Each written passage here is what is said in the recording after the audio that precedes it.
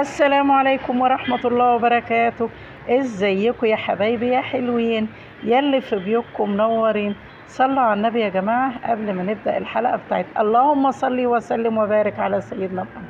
حبيبي يا رسول الله صلى الله على محمد صلى الله عليه وسلم. تعالي لي بقى يا فلتي انت وهي يا عسولة، تعالي هنا الماما امان اسمعي منها كلمتين، وعايزه اقرصك قرصه صغيره كده في ودانك.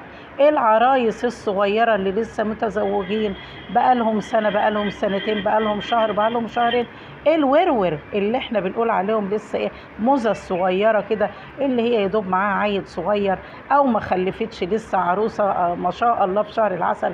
عايزه اقول لك بقى كلمتين يا حبيبه قلبي من مكاني هذا، بس ما تنسيش بقى تحط لي اللايك والاشتراك في القناه ان كنت لسه ما اشتركتيش، وضيفه مش ضيفه لا ده انت تنضم لاسرتنا ان شاء الله. حبيبتي انا عايزه اقول لك شويه نصايح جميله دايما بقولها البنات. بص يا حبيبه قلبي، خليكي مستمعه. هتقولي يعني ايه مستمعه يا ماما امان؟ ما تخرجيش سر بيتك، ما تخرجيش سر جوزك. هتقعدي مع حماتك ما تفضليش دودو دودو دودو وحصل وامي كانت بتعمل وابويا كان بيعمل واخويا كان بيعمل. كل ده في اي هفوه من الهفوات هتفتكري كلامي هذا هيتباع عليكي. ده كانت بتقول على اهلها كذا وكذا وكذا، وانا رايي ده غلط، انا رايي ده غلط. ما تخرجيش اسرار اسرتك اللي انت كنت في يوم من الايام اتربيتي فيها وما زالت اهلك. في نفس الوقت ما تخرجيش اسرار بيت حماكي وحماتك اللي هي اسرتك الجديده. ما تروحيش عند مامتك تقولي ايه ده حماتي عملت كذا وكذا، ده حماتي بياكلوا كذا، ده حماتي ابنها عندها ابنها بيعمل كذا. تشوفي حاجات سيئه اوعي، حذاري السيء تروحي تقوليه في بيت والدتك، والسيء اللي في بيتك اللي بيت اهلك اوعي تقوليه في بيت مين؟ في بيت اهل زوجك الجداد، اهلك اللي هم الجداد. ليه؟ لان ده هيتباع عليك في يوم من الايام. وفي نفس الوقت عايزاكي برضك يا حبيبه قلبي، ان كنت ساكنه في شقه بعيد عن حماتك، ان كنت قاعده في بيت العيله، بالله عليكي كلت كتير كلت شويه، لبست كتير ما لبستيش، اي حاجه بينك وما بين زوج. ده اللي كانوا اهالينا دايما رحمه الله عليك يا ابي دايما وامي كانوا دايما ينصحونا بهذا. الحمد لله حبيبه قلبي. هتختلفي انت في يوم من الايام انت وزوجك، تمام؟ ما تنزليش تقولي لحماتك، ما تتصلش على طول ماما ده حصل وحصل. هتيجي بعد كده يا حبيبه قلبي هتصطلحي انت وهو وهتبقوا زي السمنه على العسل، لكن خلاص بقت في فجوه. خلاص ده جوز بنتي ده بيعمل، ده جوز بنتي وحش، ده جوز هتروح. ودي تجارب احنا يا جماعه بنشوفها، ودي حقائق اللي انا بقوله لكم، ده حقائق. هتتصلحي انت وهو، ومهما تحاولي تصلحي في صوره جوزك عند اهلك استحاله. خلاص انت كسرتيه قدام اهلك. حتى لو ضحكوا في وشه هيضحكوا من ورا قلبهم. ليه؟ ما هو انت اللي سوقت سمعتك. فليه يا حبايب قلبي؟ دي خديها نصايح، استفادي من ماما امان فيها. اوعي حتى لو مثلا.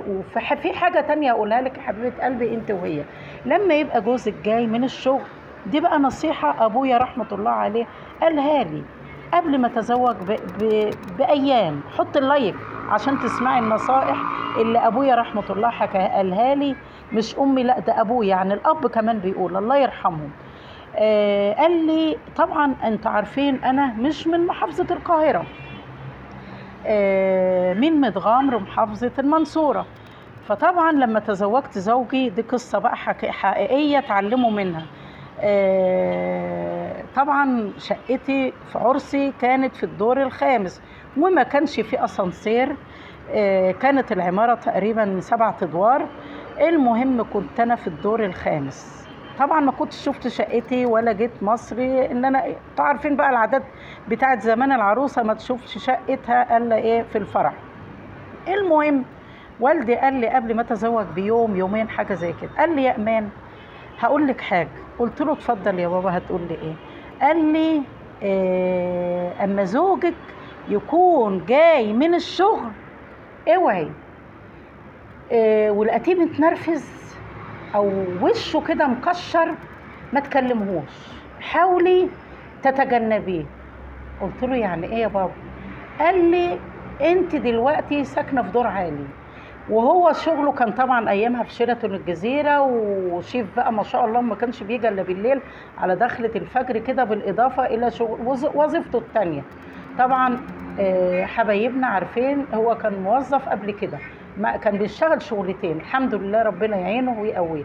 المهم قال لي زوجك طبعا انا كنت هنا بردك في عين شمس، فقال لي زوجك كان في شيراتون الجزيره، بعيد جدا طبعا بالنسبه لعين شمس مشوار، وبيركب بقى مترو وكذا مواصله والكلام ده كله وشغلانتين والكلام ده كله. قال لي زوجك بيبقى طول النهار واقف على رجليه، افرضي جاي تعبان من المشوار، افرضي في حاجه منرفزاه في الشغل، ما تفتحيش بقك معاه، حتى لو هو زعق تجنبي وما ترديش.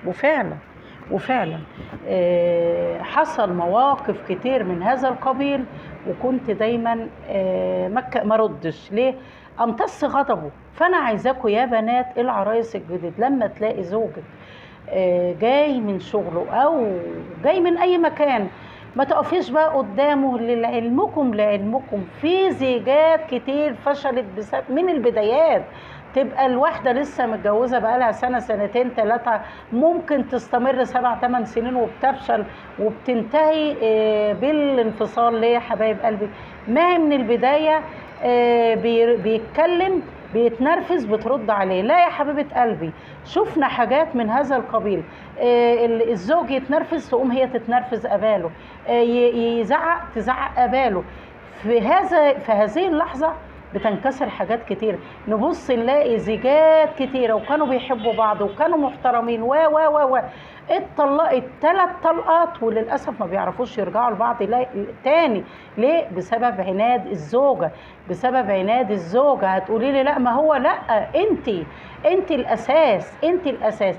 لو انت بلسم هتلاقي البيت بلسم، لو انت من النوع العصبي هتبص تلاقي الدنيا خربت.